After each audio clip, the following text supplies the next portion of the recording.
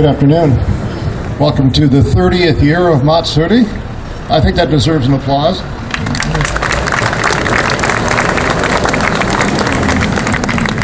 This is now the second largest Japanese festival in the United States, so thank you very much for your support. Who would have thought 30 years ago, a small group of students and faculty at ASU at the Asian Studies Center said, hey, let's put a little festival together, and look what happened. So it's always nice to put Arizona in the news when good things happen, isn't it? We are members of Arizona Aikido, a dojo that was formed in 1968, right over here at the YMCA by John Takagi Sensei, our founder, who passed away actually 30 years ago.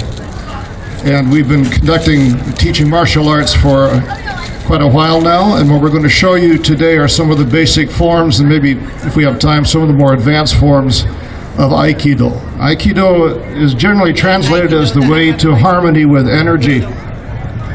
Ki, as it's called in Japan and Korea, or Chi in China, the idea of internal energy. All of us have it, a life force. Our training seeks to employ this energy in the most harmonious way. So in Aikido, the ultimate aim is to eliminate an attack, not eliminate the attacker.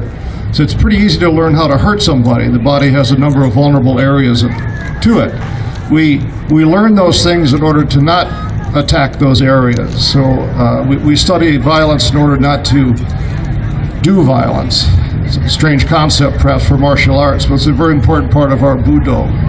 The founder of Aikido, Morihei Ueshiba, had studied many spiritual traditions in Japan, including the Omo-to-kyo, which includes with it the idea of universal coexistence for all people. So this is part of our teaching just as much as the physical parts are as well. When you first start in Aikido, you'll learn how to fall down safely. It's called ukemi. We're going to show you some of the ukemi forms that you would learn when you first start with our school. The idea in ukemi is to make yourself into a circle and have just enough muscle tension to not collapse your arm or different parts of your body so you can fall in a harmonious and circular way. Ukemi is actually probably the most practical thing you would learn in our tradition. You can lose your balance and fall down. The chances of that happening are probably much more common than actually being assaulted by somebody. So learning how to fall down and not do a face plant is very practical, whether you're skiing or walking or slipping on a banana or falling off a bicycle or whatever.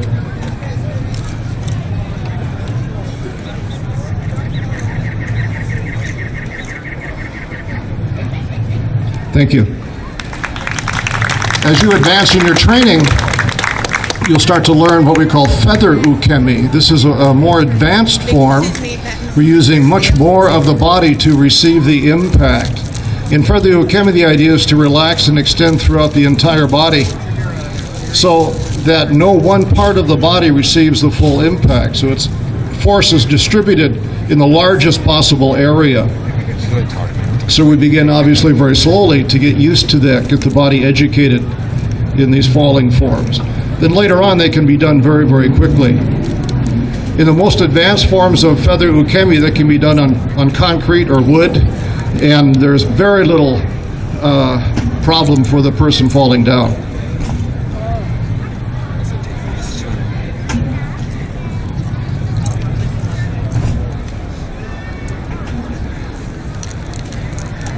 Usually can tell if this is being done well if you don't hear much noise. That's what they do in movies. They pretend that she's strong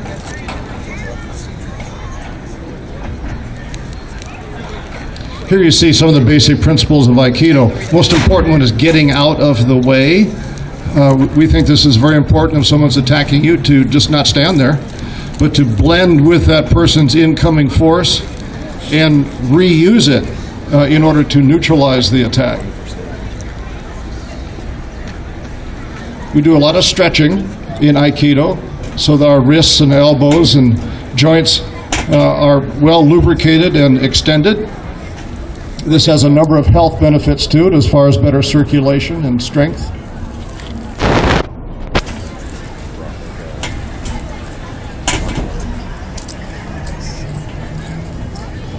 Thank you.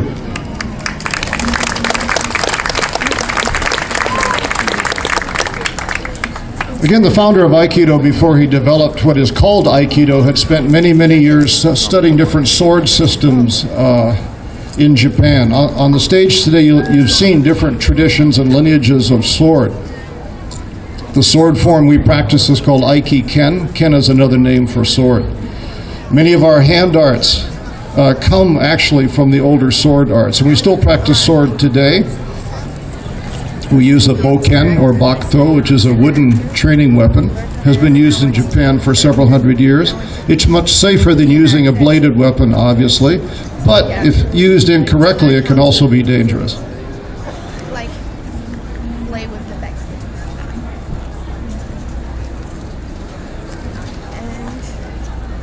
And I want to go like so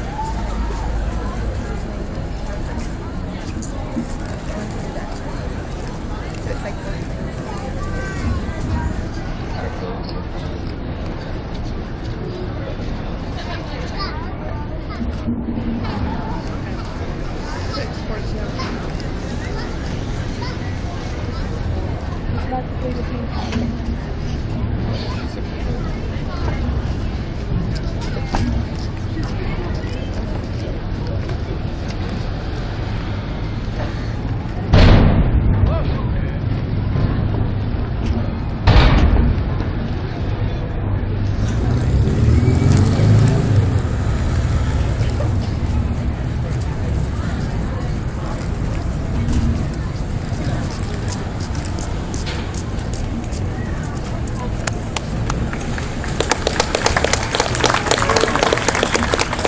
Now you see the hand application taken from the sword form.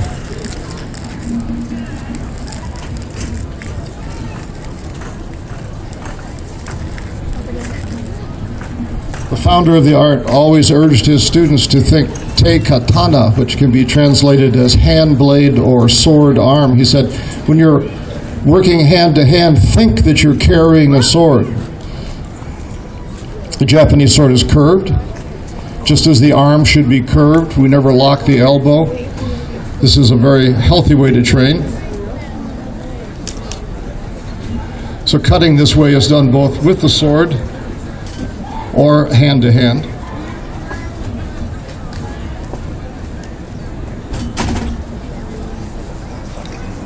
Thank you.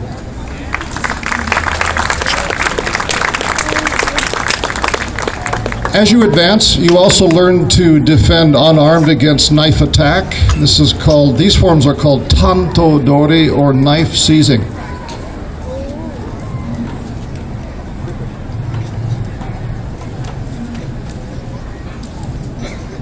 In Aikido, we have an attacker. That role is, that's the uke, and the defender is called a nage. When we train, you get to be both, and we work on the right side and the left side, so the whole body is educated as far as movement.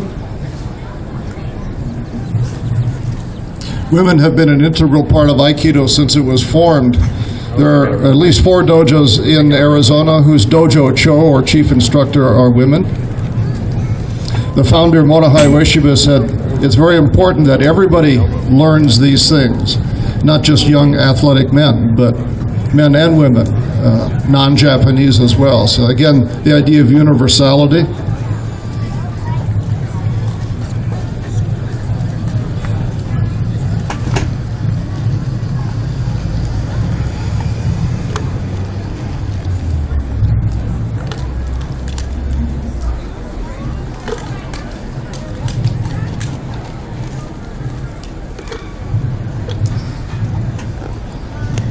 Again, we're moving slowly, not in the actual advanced speed that we would use once you achieve higher rank. So as you can see, the strategic thinking in Aikido, blending, moving, blending and taking a partner's balance is called kuzushi.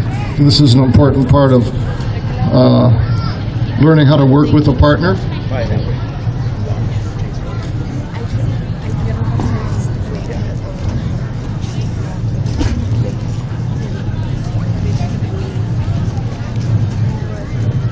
Thank you.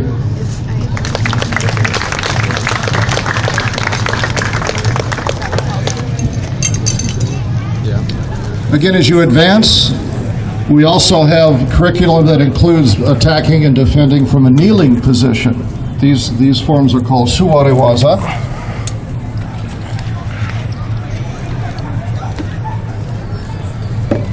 This is traditional to Japan. Traditionally in Japan, there wasn't a lot of furniture like we understand it in the West, and so at a very young age you learned how to sit and move in a very effective way from these positions.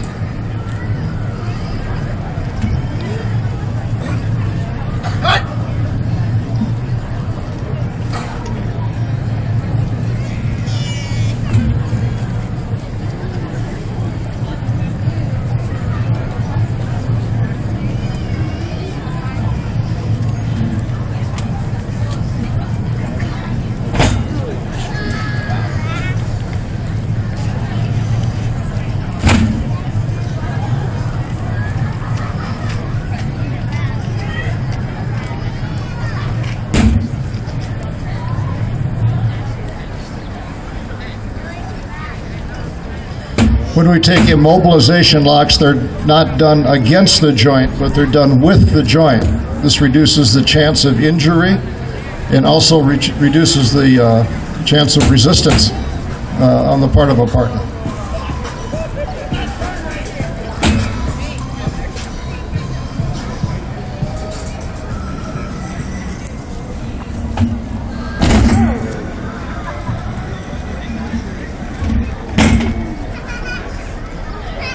Thank you.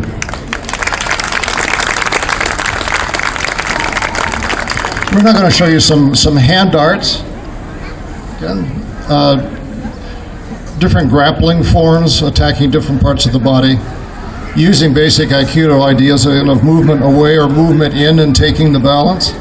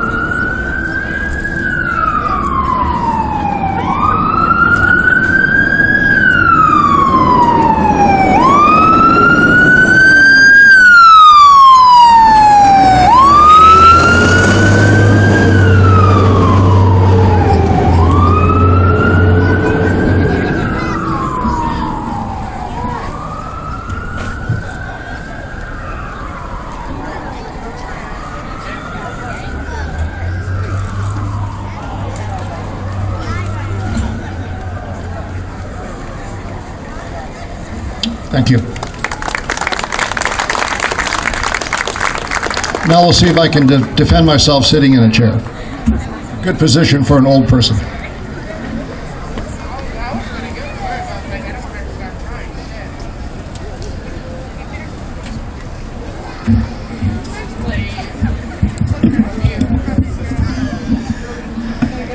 Aikido isn't just an art where you can defend yourself from a standing position against someone who you know is going to attack you in the way that you'd like them to. It works no matter what position you're in. Sitting in a chair and kneeling on the ground. This is a little bit more common for a Westerner. In Japan, we'd be on our knees. But since we don't really sit at home on our knees very much anymore, a chair seems to be a reasonable place to do defense against. Now, Nancy, who is attacking here, is a adept at Shotokan karate. And she can be quite dangerous, she needs to be. So Tom has our sensei has a real challenge to defend himself.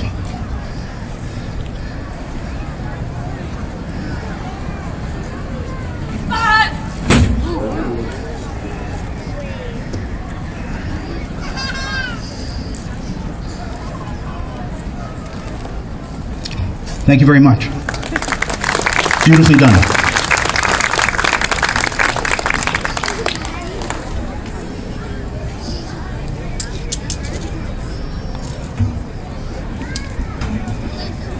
Another thing that our sensei alluded to was that we do a lot of work with weapons. In this case, we do our work with a Iai-to. Now, this isn't a live blade, it doesn't have an edge, but the point is quite serious. And should Sensei make a mistake, he could be in trouble. I would suggest you don't do this at home.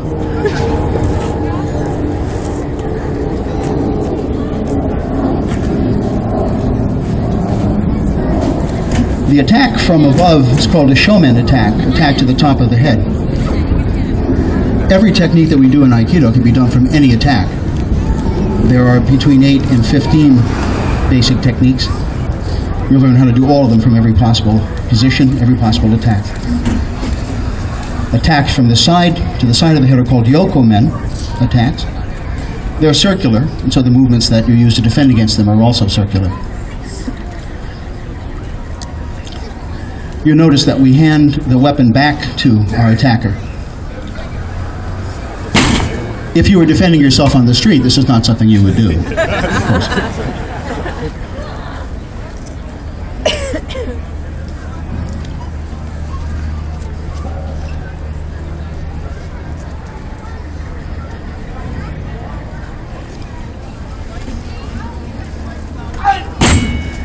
This type of technique is a more advanced technique called kaishi waza, or reversal technique. It's not always good to be the loser, so it's nice to be able to reverse an attack or reverse a defense. Beautifully done. A round of applause, please. Thank you. Sensei?